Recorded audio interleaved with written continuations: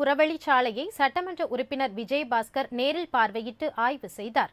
புதுக்கோட்டையில் இருந்து மணப்பாறை செல்லும் வழியில் அமைந்துள்ள இலுப்பூரில் கடைவீதியில் சாலையோர கடைகள் அதிக அளவில் உள்ளதால் அங்கு கடும் போக்குவரத்து நெரிசல் ஏற்பட்டு வந்தது.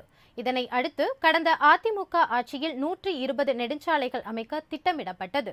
அதில் இலுப்பூரில் போக்குவரத்து நெரிசலை குறைக்கும் வகையில் 23 கோடி ரூபாய் மதிப்பீட்டில் புறவழிச்சாலை அமைக்கப்பட்டு வருகிறது. விரைவில் மக்கள் பயன்பாட்டிற்கு வரவுள்ள நிலையில் இப்பணிகளை முன்னாள் சுகாதாரத்துறை அமைச்சரும் சட்டமன்ற உறுப்பினருமான விஜயபாஸ்கர் நேரில் பார்வையிட்டு ஆய்வு செய்தார். 5.4 கிலோமீட்டர் தொலைவு கொண்ட இச்சாலையில் 27 சிறிய பாலங்களும் 3 பெரிய பாலங்களும் கட்டப்பட்டுள்ளன. புறவழிச்சாலையில் கனரக வாகனங்கள் ஓய்வெடுக்க அதற்கான ஓய்விடமும் அமைக்கப்பட்டுள்ளன.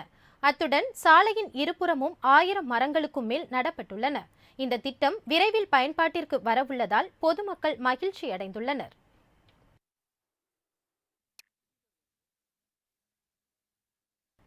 கம்பம்